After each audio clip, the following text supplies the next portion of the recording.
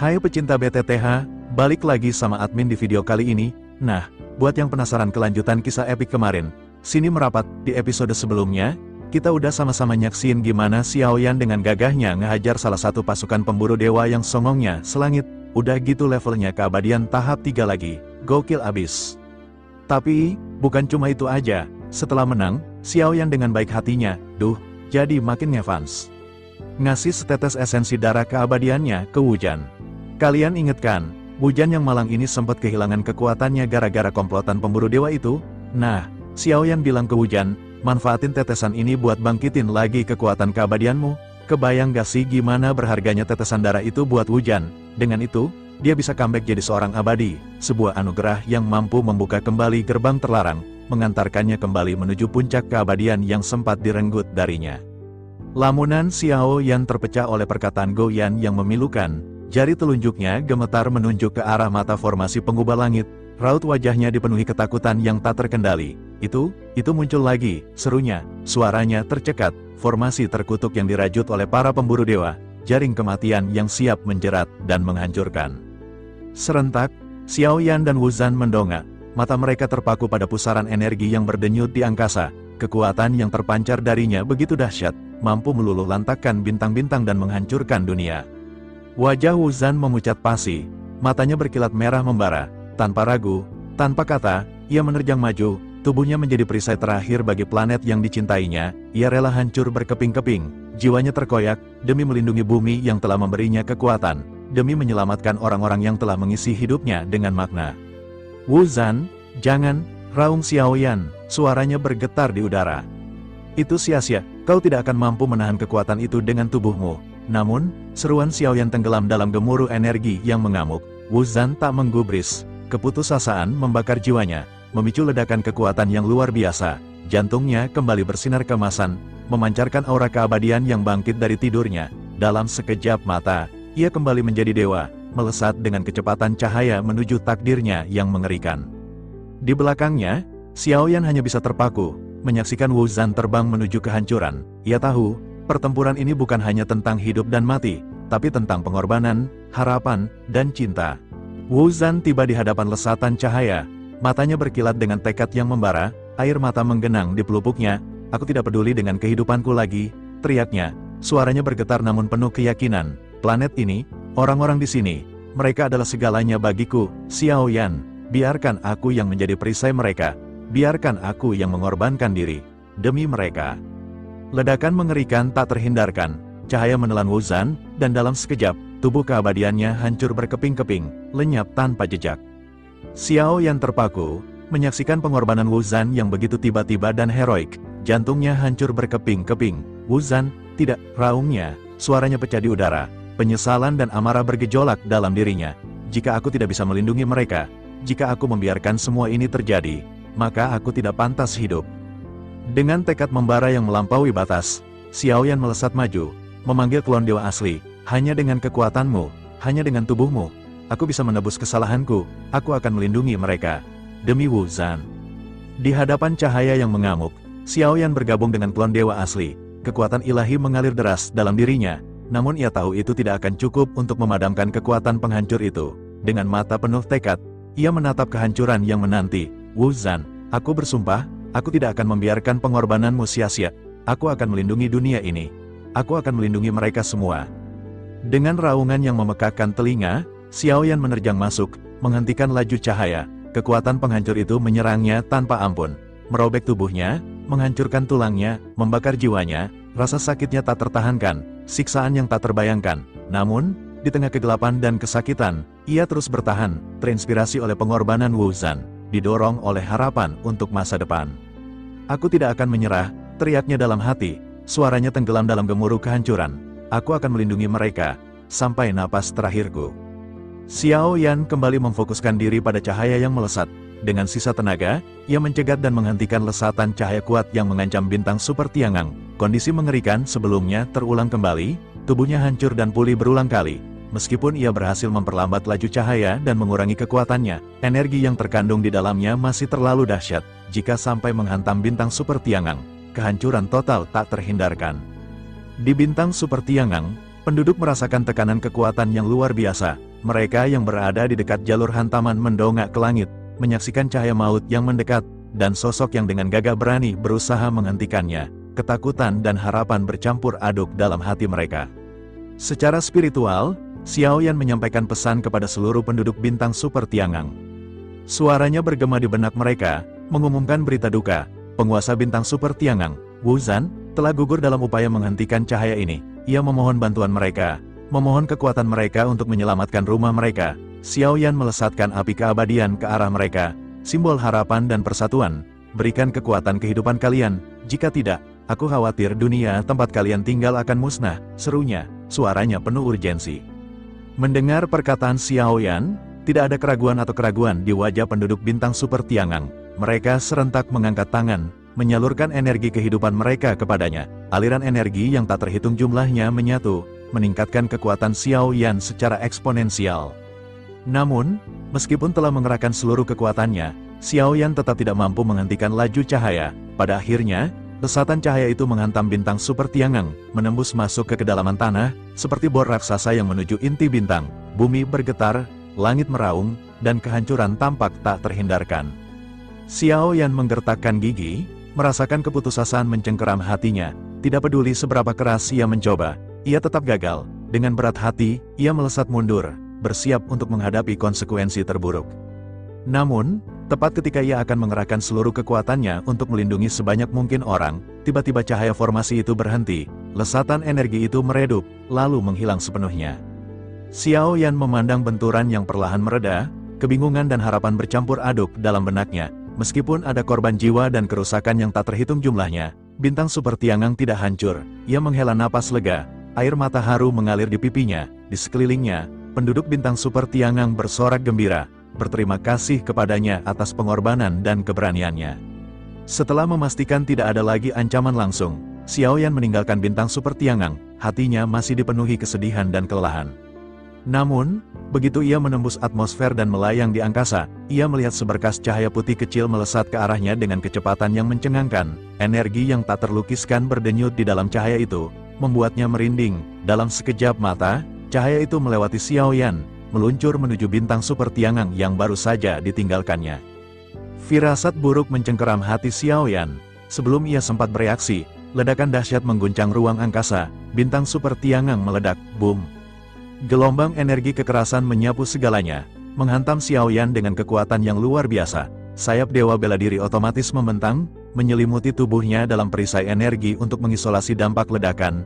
Meskipun terlindungi, Xiaoyan terpental jauh, terlempar melintasi angkasa seperti boneka yang tak berdaya. Ia berguling dan berputar sebelum akhirnya berhasil menstabilkan diri. Napasnya tersengal dan jantungnya berdebar kencang. Xiaoyan benar-benar terkejut dengan apa yang baru saja terjadi. Ia menatap sekelilingnya, mencoba memahami kengerian yang baru saja disaksikannya. Hanya ada kehancuran dan kekacauan. Bintang Super Tiangang, yang tadinya merupakan planet yang hidup dan penuh harapan, kini hancur lebur, hanya menyisakan setengah bagian yang mengambang di angkasa.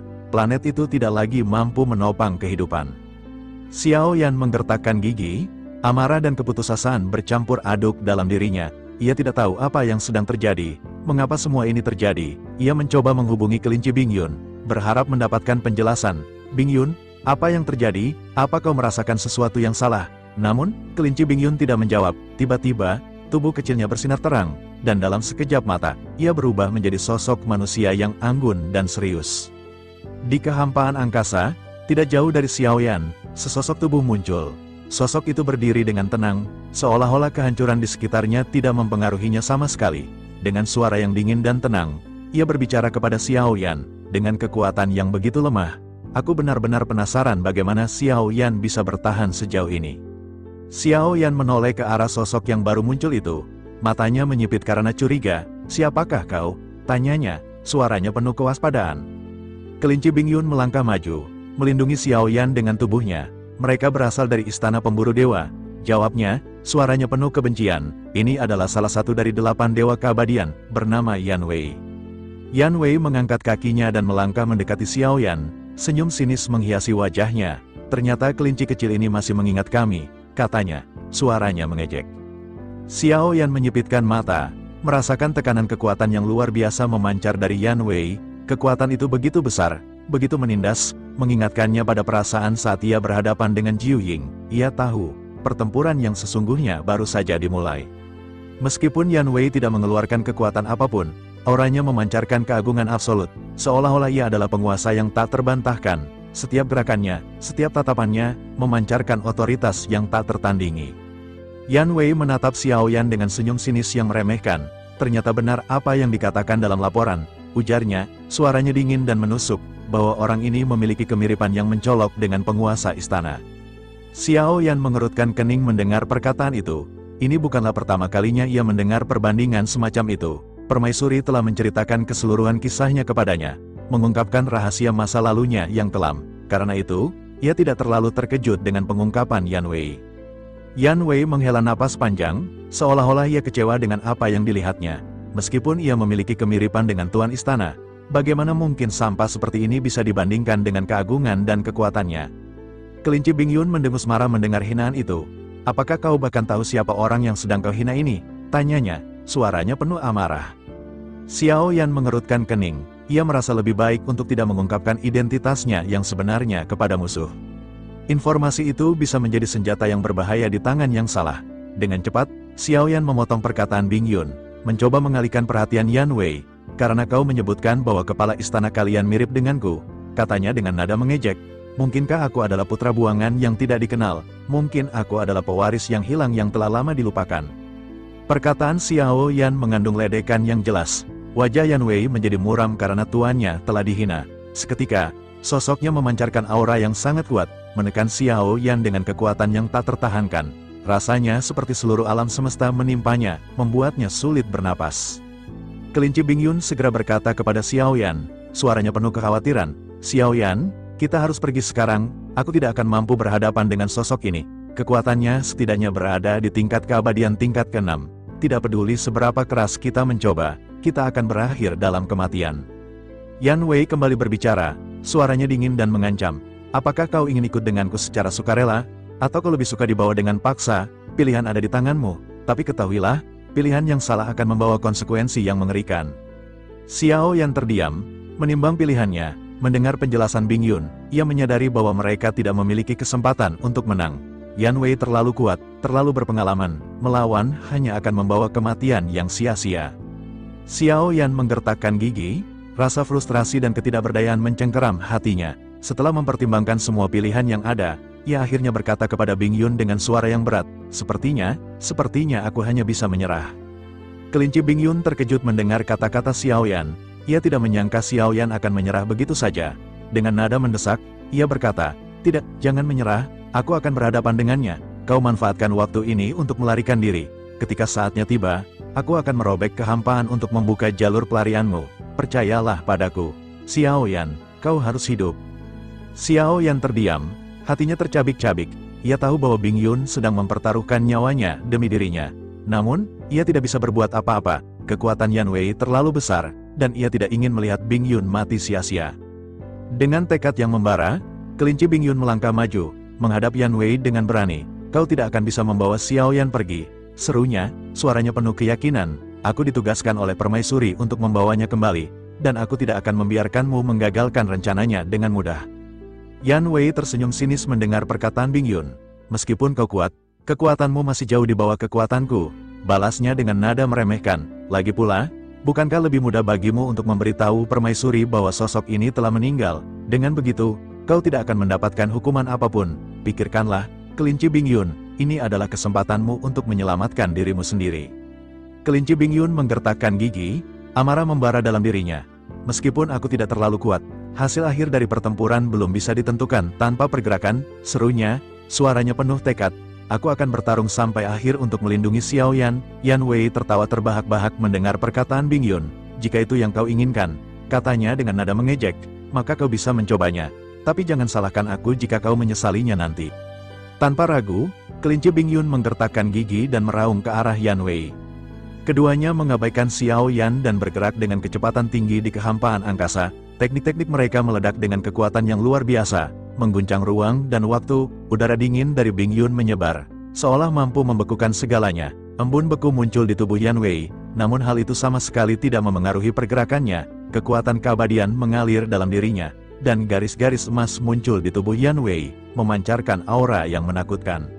Mata Xiao Yan menyipit melihat garis emas itu, ia tahu bahwa itu bukan origin Qi, melainkan kekuatan keabadian yang kuat, bukti kekuatan Yan Wei yang tak tertandingi. Pertempuran di antara keduanya sangat intens, dan banyak benturan keras terjadi. Energi yang dilepaskan dalam setiap serangan mampu menghancurkan gunung dan membelah lautan.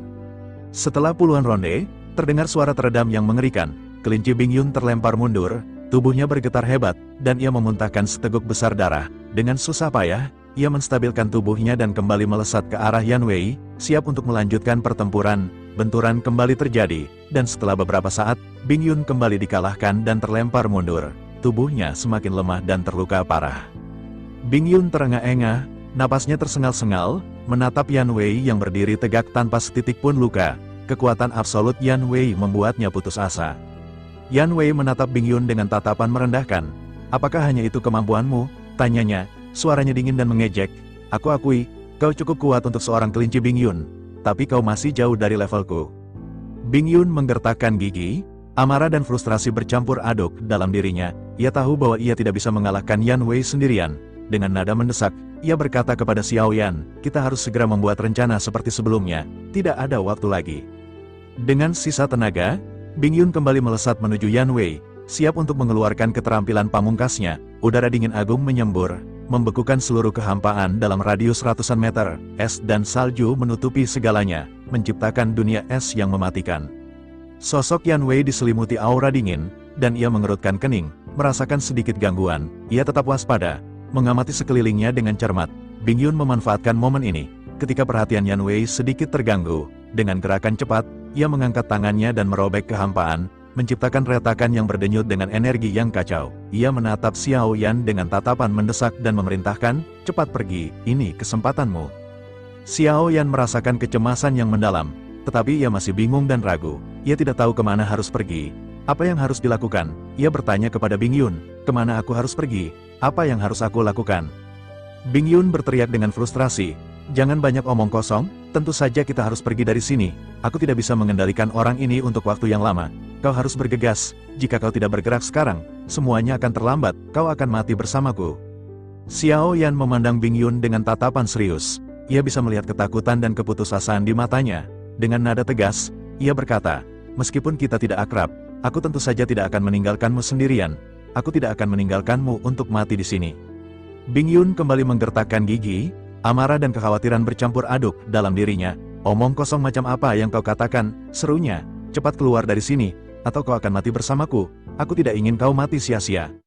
Saat mereka berdebat, ledakan dahsyat terdengar di kejauhan. Yan Wei berhasil melepaskan diri dari teknik Bingyun, menghancurkan dunia es dengan kekuatan yang luar biasa.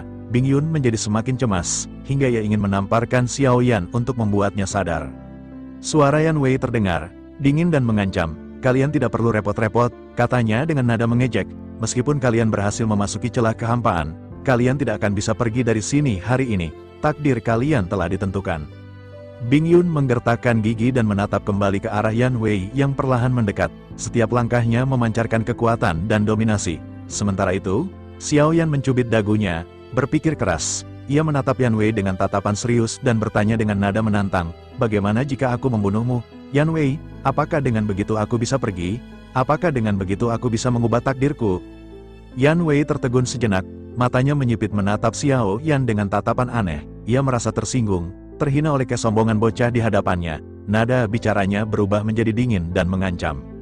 "Kau benar-benar bocah yang sombong," teriak Yan Wei, suaranya menggelegar di kehampaan. "Kau tidak tahu ketinggian langit, kau meremehkan kekuatan para dewa keabadian. Jika itu yang kau inginkan, aku akan menunjukkan kepadamu betapa bodohnya kau. Aku akan membuatmu merasakan kekuatan tingkat ke-6 keabadian yang sebenarnya." Dengan raungan marah, Yan Wei melonjak maju, melepaskan seluruh kekuatannya. Kekuatan tingkat ke-6 keabadian mulai mengarah kepada Xiao Yan, menekan tubuhnya dengan tekanan yang luar biasa. Tekanan itu begitu kuat, begitu dahsyat, hingga Xiao Yan merasa seolah-olah ia akan hancur berkeping-keping. Menyadari bahaya yang mengancam Xiao Yan, kelinci Bingyun segera melesatkan kekuatannya untuk melindunginya. Ia tahu bahwa ia harus melakukan sesuatu, atau Xiao Yan akan mati di tempat. Yan Wei tertawa sinis melihat tindakan Bingyun. "Bukan pilihan yang baik untuk membuatku kesal," serunya, suaranya penuh ancaman. kau hanya akan mempercepat kematianmu sendiri. Bingyun menggertakkan gigi, amarah dan tekad membara dalam dirinya. Udara dingin kembali menyapu kehampaan, membekukan segalanya di jalurnya. Tekanan kuat dari Yan Wei menekan Bingyun, mencoba menghancurkannya. Namun, di tengah krisis ini, kekuatan yang luar biasa tiba-tiba terpancar dari Bingyun. Kulitnya menjadi jernih dan berkilauan, dan penampilannya berubah secara dramatis. Penampilan imut dan kekanak-kanakannya menghilang, digantikan oleh sosok anggun dan agung seperti wanita kerajaan. Auranya memancarkan kekuatan dan kebijaksanaan yang tak terlukiskan. Bingyun mengangkat telapak tangannya, tatapannya dipenuhi aura dingin dan tekad yang membara. Sesaat kemudian, ia menghilang dengan kecepatan yang mencengangkan, meninggalkan riak energi di belakangnya. Yan Wei juga menghilang, mengejar Bingyun dengan kecepatan yang sama. Tabrakan dahsyat di antara keduanya mengguncang kehampaan, menciptakan gelombang kejut yang menghancurkan. Udara dingin kembali melonjak di tangan Bingyun, membekukan ruang dan waktu di sekitarnya. Kedua belah pihak kembali bentrok, melepaskan kekuatan yang luar biasa dalam setiap serangan. Yan Wei benar-benar terkejut dengan perubahan Bingyun. Ia tidak menyangka bahwa kelinci Bingyun yang tampak lemah itu menyembunyikan kekuatan yang begitu besar. Ini sangat menarik, seru Yan Wei.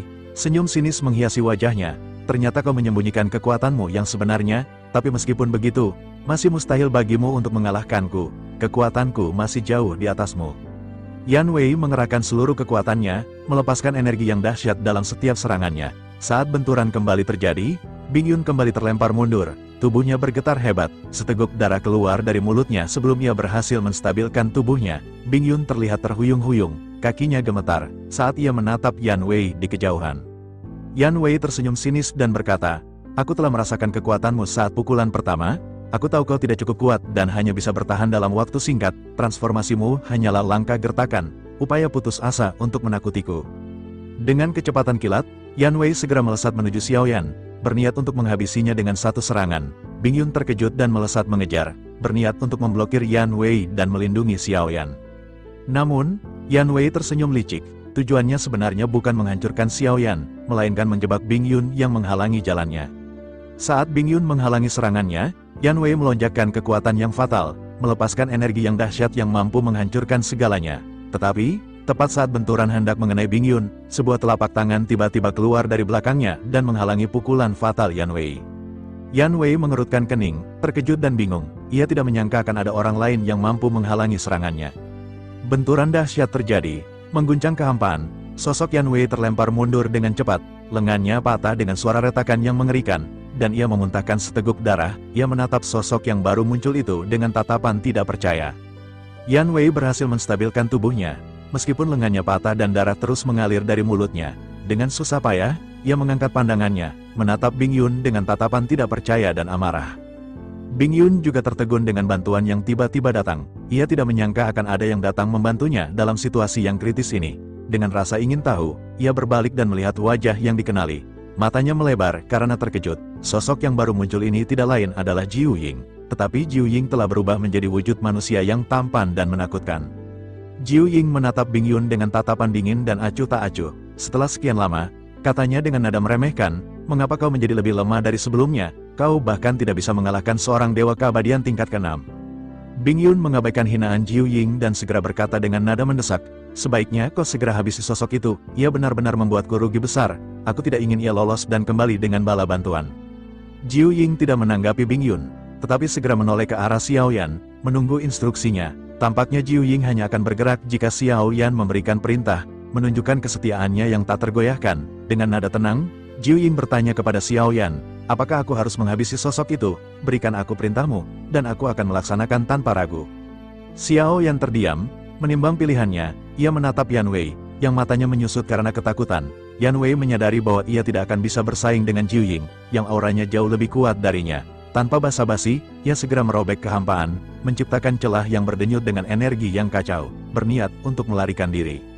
Bingyun segera berkata kepada Jiu Ying dengan nada mendesak, "Apakah kau akan membiarkan orang itu pergi? Ia adalah ancaman besar, kita harus menghentikannya sebelum ia melarikan diri." Jiu Ying masih menunggu instruksi dari Xiaoyan, tidak bergerak sedikit pun. Yan Wei berhasil memasuki celah di kehampaan dan menghilang, meninggalkan riak energi di belakangnya. Bingyun berteriak dengan marah, frustrasi dengan ketidakpedulian Jiu Ying. "Masih belum terlambat jika kita ingin mengejarnya," serunya, "kita harus bertindak sekarang, atau kita akan menyesalinya nanti." Xiao Yan menghela napas dan menggelengkan kepalanya, menunjukkan bahwa ia telah membuat keputusan. Dengan nada tenang, ia berkata kepada Jiu Ying, kita hanya bisa membiarkan Yan Wei melarikan diri. Jangan mengejarnya. Bing Yun terkejut mendengar keputusan Xiao Yan.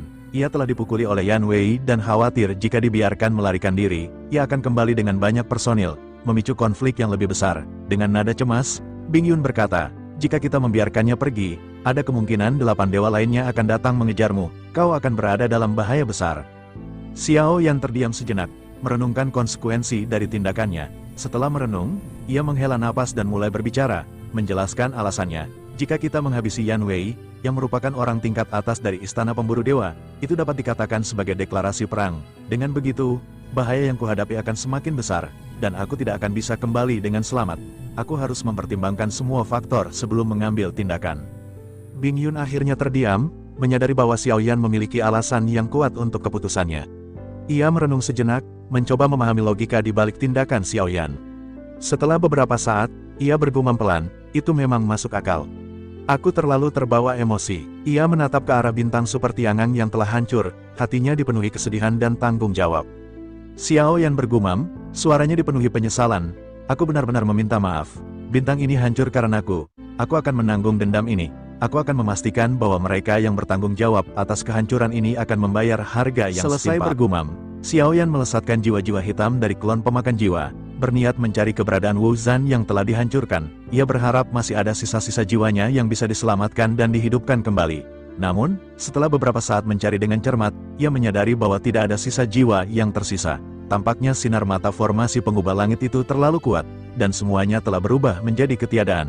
Bahkan jiwa Wu Zhan pun tidak tersisa. Xiao Yan menangkupkan tinjunya ke arah kehampaan tempat Wu Zhan meninggal, menunjukkan rasa hormat dan penyesalannya. Wu Zhan, gumamnya, suaranya dipenuhi kesedihan. Maafkan aku tidak bisa menyelamatkanmu. Tapi aku bersumpah, aku akan membalaskan dendammu kepada mereka yang bertanggung jawab atas kematianmu. Aku tidak akan membiarkan mereka lolos begitu saja. Ia memutuskan untuk tidak tinggal lebih lama di tempat yang penuh kenangan pahit ini. Dengan nada tegas, suaranya dipenuhi tekad, kita harus segera pergi. Kita harus mempersiapkan diri untuk pertempuran yang akan datang. Kelinci Bing Yun segera kembali ke bentuk aslinya, dan Xiao Yan duduk di atas pundaknya. Keduanya melesat, tetapi arah mereka bukan menuju bintang Xiaoyu. Kelinci Bing Yun menjelaskan bahwa permaisuri juga telah meninggalkan bintang Xiaoyu. Sebaiknya kita pergi ke bintang Fantian. Jika menghitung waktu, permaisuri dan yang lainnya seharusnya sudah berada di sana, katanya. Xiao Yan tidak banyak bertanya. Ia memilih menutup matanya dan segera memasuki menara pemurnian. Ia tidak tahu berapa lama waktu yang dibutuhkan untuk mencapai bintang Fantian, dan tujuan utamanya adalah memperkuat latihannya. Ia pun tentu saja harus membalas apa yang telah sebelumnya dilakukan oleh Yan Wei. Jika ia memaksakan diri berhadapan dengan Yan Wei menggunakan kedua klonnya sekarang, hasilnya ia akan langsung terbunuh. Jika Bing Yun tidak menangani Yan Wei saat itu, ia tidak tahu apakah ia masih bisa hidup. Xiao Yan menghela napas, bergumam bahwa ia berada di puncak bintang 8 Dugat. Xiao Yan menyadari bahwa ia harus mencari lebih banyak berkah, meningkatkan kekuatannya untuk menghadapi ancaman yang akan datang. Selain itu, ini tampaknya waktu yang tepat bagi klon Taiksu untuk keluar, membantunya dalam pertempuran yang akan datang. Tiba-tiba di tangannya ada sebuah bola energi yang ada sosok bayi spiritual di dalamnya. Ia pun langsung memecahkannya dan tiba-tiba berubah menjadi sosok seorang ksatria kuno. Sosok ini merobek kantung darah yang menyelimuti tubuhnya, membebaskan diri dari belenggu. Dengan gerakan lambat, ia perlahan mengangkat tangan, merasakan kekuatan yang mengalir dalam dirinya, sebelum akhirnya melangkah keluar dari cincin penyimpanan luar angkasa. Klon Taiksu ini baru saja dilahirkan, masih dalam proses adaptasi dengan dunia luar. Begitu melangkah keluar, cairan berwarna hitam pekat segera mengalir dan membungkus tubuhnya, menyelimutinya dalam kegelapan. Xiao Yan merasakan keanehan. Energi yang tidak dikenal berdenyut dalam cairan hitam itu. Ia menyaksikan dengan rasa ingin tahu saat cairan hitam itu perlahan mengeras, membentuk lapisan pelindung di sekitar tubuh klon Taiksu. Xiao Yan mengerutkan kening melihat cairan hitam itu akhirnya berubah menjadi armor yang ramping dan menakutkan. Armor itu memancarkan aura kekuatan yang luar biasa, membuatnya merinding. Ia mengangguk, bergumam dengan nada kagum, tampaknya armor ini benar-benar sangat kuat. Apakah ini adalah teknologi Styx dari dunia Taiksu? Ini adalah pertama kalinya aku merasakan armor sekuat ini. Kekuatan pertahanannya pasti luar biasa. Ada kristal merah yang berdenyut di dada armor, dan cahaya tiba-tiba menyala, menghubungkan Xiao Yan dengan klon Taiksu. Xiao Yan mulai mengendalikan klon Taiksu, merasakan setiap otot dan sarafnya. Ia bisa merasakan kekuatan armor ini dari dalam dan mendecak kagum. Mungkinkah kekuatan dunia Taiksu berada di luar imajinasiku? Tanyanya pada dirinya sendiri. Ia melihat hal ini dari teknologi Styx yang dirasakannya. Tampaknya teknologi Styx dari dunia Sensi telah mencapai akhir perkembangannya. Tetapi di dunia Taiksu, teknologi Styx telah dikembangkan ke tingkat yang luar biasa, melampaui apapun yang bisa ia bayangkan. Xiao Yan menggertakkan giginya dan memutuskan untuk mengesampingkan masalah ini terlebih dahulu. Ia harus fokus pada masalah yang lebih mendesak. Dengan tekad yang membara, ia segera mengeluarkan klon Taiksu dari cincin penyimpanan luar angkasa, yang seketika muncul di atas punggung kelinci Bingyun. Kelinci Bingyun terkejut dengan kemunculan tiba-tiba klon Taiksu dan segera menghempaskannya dari punggungnya. Ia tidak tahu siapa atau apa makhluk itu, dan ia tidak ingin mengambil risiko apapun. Xiao Yan menoleh ke arahnya, mencoba menenangkan Bingyun. Bingyun memperingatkan dengan nada cemas, "Orang ini muncul tiba-tiba, kita harus berhati-hati, kita tidak tahu apa yang ia inginkan." Xiao Yan bergegas ke arah klon Taiksu, mencoba meyakinkan Bingyun bahwa tidak ada yang perlu dikhawatirkan. Dengan nada tenang, ia berkata kepada Bingyun, "Jangan khawatir, ini juga adalah klon yang kumiliki, aku bisa mengendalikannya." Bingyun terkejut mendengar perkataan Xiao Yan, tetapi kewaspadaannya perlahan menghilang. Ia menghela napas lega, menyadari bahwa ia telah bereaksi berlebihan. Dengan nada ingin tahu, ia bertanya, "Mungkinkah ini juga klonmu? Berapa banyakkah klon yang kau miliki? Aku pernah mendengar bahwa ada beberapa orang yang memiliki kekuatan untuk merebut tubuh dan memiliki klon. Tetapi ini adalah pertama kalinya aku melihat seseorang dengan begitu banyak klon selama berabad-abad. Jika aku tidak melihatnya sendiri, mungkin aku tidak akan mempercayainya." Klon Taiksu tiba-tiba menoleh ke arah Xiao Yan.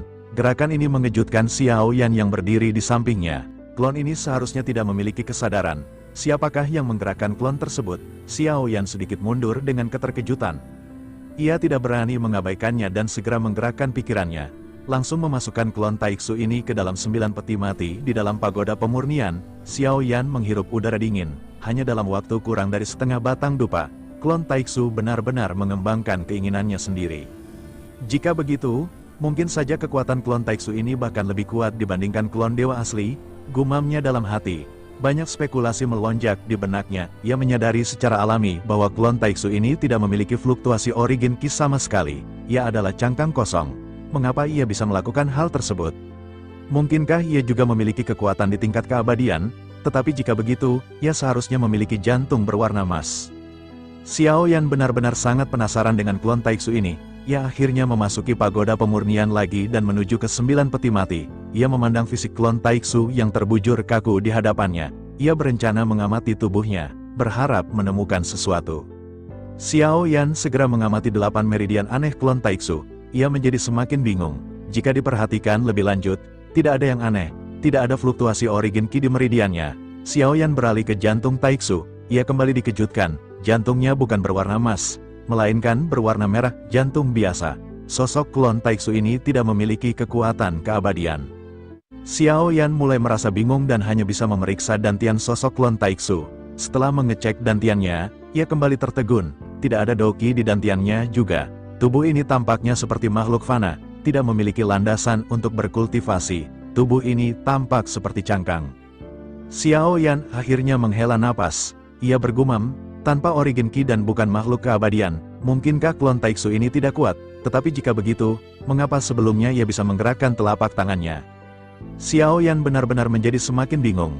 Klon Taiksu ini seperti selembar kertas putih yang baru saja dilahirkan. Ia tidak memiliki kekuatan, tidak memiliki dasar, dan ia benar-benar tidak memiliki kehendak. Dengan kekuatannya yang lemah, bagaimana mungkin ia sebelumnya bisa menggerakkan dirinya? Ia bergumam bahwa setelah kehamilan bertahun-tahun yang tak terhitung jumlahnya, ia hanya dapat dikatakan sebagai seorang manusia biasa. Jika dunia Taiksu melakukan hal ini, bukankah mereka membuang-buang banyak sumber daya? Xiao Yan berpikir keras dan menyadari bahwa dunia Taiksu tidak mungkin melakukan hal sebodoh ini. Pasti ada rahasia tersembunyi. Ia semakin bersemangat untuk mengetahuinya. Ia bergumam bahwa dunia Taiksu sangatlah kuat dan bisa mencapai titik ini. Jika tubuh yang dilahirkan ini diambil oleh dunia Taiksu, maka mereka tentu telah merencanakan sesuatu untuk menyerang dunia Sensi. Jika begitu, alasan yang masuk akal saat ini adalah kekuatan sosok ini disembunyikan oleh dunia Taiksu, pikirnya. Meskipun ia berspekulasi, ia tidak bisa merasakannya dengan jelas. Ia memandangi tubuh klon Taiksu dan berpikir, mungkinkah ada segel yang saat ini bercokol di tubuhnya? Xiao Yan segera memanggil Go Yan dan memerintahkannya untuk memeriksa apakah ada segel di tubuh klon Taixu. Go Yan mengeluarkan cahaya biru dan memeriksa setiap senti tubuh klon tersebut. Setelah beberapa saat, Go Yan akhirnya bergumam, ini hanyalah seonggok manusia biasa. Xiao Yan sedikit ragu, apakah itu memang benar? Go Yan dengan yakin mengangguk, itu memang benar, ini adalah cangkang manusia biasa. Xiao Yan kembali menghela napas dan kembali dibingungkan. Namun, ia teringat sosok Zhan Lao. Zhan Lao terbentuk dari kehendak dunia sensi, dan mungkin mengetahui hal ini. Ia bertanya kepada Zhan Lao, tubuh ini berasal dari dunia Taixu. Apakah kau mengetahui sesuatu tentang sosok ini?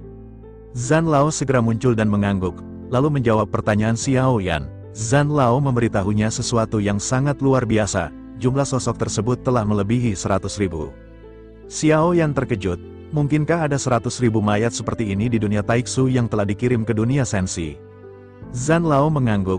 Xiao Yan segera berkata dengan serius, jika begitu, mungkinkah tubuh ini sama sekali bukan tubuh fana? Zhan Lao menjelaskan, itu memang benar. Semakin lama waktu yang dibutuhkan untuk mengandung sosok tersebut, maka ketika ia dilahirkan, ia akan menjadi semakin kuat. Xiao Yan kembali mengerutkan kening sebelum bertanya, jika begitu, mengapa tubuh ini terlihat sangat lemah dan tidak memiliki kekuatan sama sekali? Mungkinkah kekuatan sebelumnya berasal dari baju besi hitam aneh yang menyelimuti tubuhnya? Zhan Lao kembali menjelaskan, mayat yang kau peroleh sejauh ini seharusnya diketahui oleh Taixu dan disegel. Untungnya kau telah mengirimkannya ke 9 peti mati untuk disimpan tepat waktu. Jika tidak, mungkin akan ada perlawanan yang tidak bisa kau terima. Xiao Yan mengerutkan kening dan bergumam, bagaimana mungkin itu bisa terjadi? Aku jelas-jelas telah memutuskan hubungan dengan Taixu. Zhan Lao terlihat sedikit merenung sebelum memberikan informasi spesifik yang lebih jelas mengenai dunia Taixu. Zhan Lao berkata, armor hitam ini disebut Void God Armor. Kau mengambil tubuhnya, tetapi kau tidak akan bisa mengendalikan armor ini. Dunia Taixu juga takut orang yang dikirimkan akan berpindah ke sisi lain. Untuk sementara, meskipun Void God Armor ini memiliki kekuatan yang kuat, pada saat yang bersamaan, itu juga merupakan senjata Taixu untuk mengendalikan semua orang. Xiao Yan terkejut, ia akhirnya bertanya, mungkinkah armor ini bisa dilepaskan dari tubuhnya? Zhan Lao menghela napas dan berkata, aku tidak tahu spesifiknya, tetapi kau dapat mencobanya dengan tubuh fisikmu di tempat ini. Xiao Yan mengangguk dan berusaha mengendalikan klon Taixu. Klon Taixu bergerak sesuai pikirannya, menggenggam armor di bawah lehernya, dan berusaha mencabut armor tersebut. Namun, tidak peduli seberapa kuat klon itu mencoba, armor ini benar-benar tidak bisa dilepaskan. Xiao Yan berpikir, mungkinkah kekuatan klon Taixu ini terlalu lemah hingga tidak bisa mencabut armor tersebut? Ia segera memanggil klon dewa asli. Xiao Yan menggerakkan pikirannya untuk mengendalikan klon dewa asli, yang mulai mencabut armor di tubuh klon Taixu dengan kekuatan keabadiannya. Meskipun armor ini sebelumnya tidak tergoyahkan, segera menghentikan pergerakannya, armor ini tampak mulai tercabut. Armor ini benar-benar terhubung dengan tubuh klon Taixu, seolah armor tersebut tertanam ke dalam tubuh klon Taixu. Ia menoleh ke arah Zhan Lao yang memiliki ekspresi acuh tak acuh. Zhan Lao sudah menebak hal ini sejak lama. Ia hanya berkata, tampaknya kekuatan tubuh ini diblokir oleh Void God Armor. Itulah yang membuatmu melihat sosok tersebut hanyalah sebagai seonggok tubuh fana. Semua kekuatannya ada di armor. Jika belenggu ini dilepaskan, tubuh ini akan dapat dipromosikan ke keabadian secara instan. Xiao Yan mengerutkan kening dan bergumam bahwa dunia Taixu benar-benar pintar. Dengan cara ini, meskipun ia berhasil mengambil tubuhnya, ini akan mencegahnya untuk bisa mengendalikannya dan menggunakan kekuatannya. Xiao Yan kembali memalingkan wajahnya ke arah Go Yan dan kembali memerintahkannya. Ia bertanya, apakah ada batasan atau segel yang berada di armor tersebut? Go Yan kembali melesatkan cahaya biru dan sedikit mengerutkan kening. Xiao Yan bertanya, apakah kau menemukan sesuatu? Go Yan mengangguk dan menjawab, memang ada batasan. Tepatnya, ini merupakan batasan atau segel tingkat yang sangat tinggi. Xiao Yan tercengang, ia bertanya, bisakah segel ini diselesaikan olehmu? Go Yan mengangguk, itu bukanlah hal yang tidak mungkin, hanya saja, hal ini akan sedikit merepotkan, dan aku tidak mau. Xiao Yan tidak berdaya melihat Go Yan menolak. Tampaknya Go Yan memiliki keperluannya. Xiao Yan segera berkata, kau bisa membuat syarat. Go Yan melirik ke arah Xiao Yan dan berkata, sejujurnya, aku tidak memiliki keinginan. Namun, karena aku telah datang ke alam sejati Xuan Yin, aku sepertinya memiliki sedikit urusan yang ingin ku selesaikan. Xiao Yan terkejut, menyadari Go Yan ingin pergi. Ia bertanya, apakah kau ingin pergi sendirian? Go Yan berkata, jangan khawatir, meskipun aku akan pergi, aku tidak akan meninggalkanmu sendirian. Xiao Yan mengangguk dan menyetujui persyaratan yang diajukan Go Yan. Ia melanjutkan, aku berjanji, tetapi kau harus melanggar segel armor ini terlebih dahulu. Aku akan mencoba yang terbaik untuk memecahkannya. Bersamaan dengan saat Xiao Yan melepaskan klon Taiksu, dunia Taiksu juga tampaknya merasakan sesuatu. Di suatu kehampaan, sesosok tubuh tiba-tiba membuka matanya dan duduk bersila di atas sebuah bintang. Tubuhnya tertutup debu sebelum akhirnya ia bergumam, nomor 1087 muncul.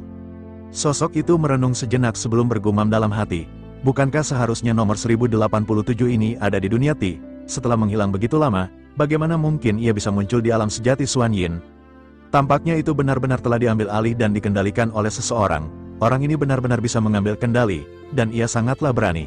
Namun, sepertinya ia tidak tahu bahwa semua prajurit Taiksu tidak akan pernah bisa dibawa pergi. Mereka juga tidak akan pernah bisa berkhianat, dan jika sekali saja mereka berkhianat, maka mereka akan mati. Sosok ini perlahan berdiri dan segera menggerakkan otot serta tulangnya. Momentum agung yang kuat melonjak dan menyapu debu di seluruh tubuhnya.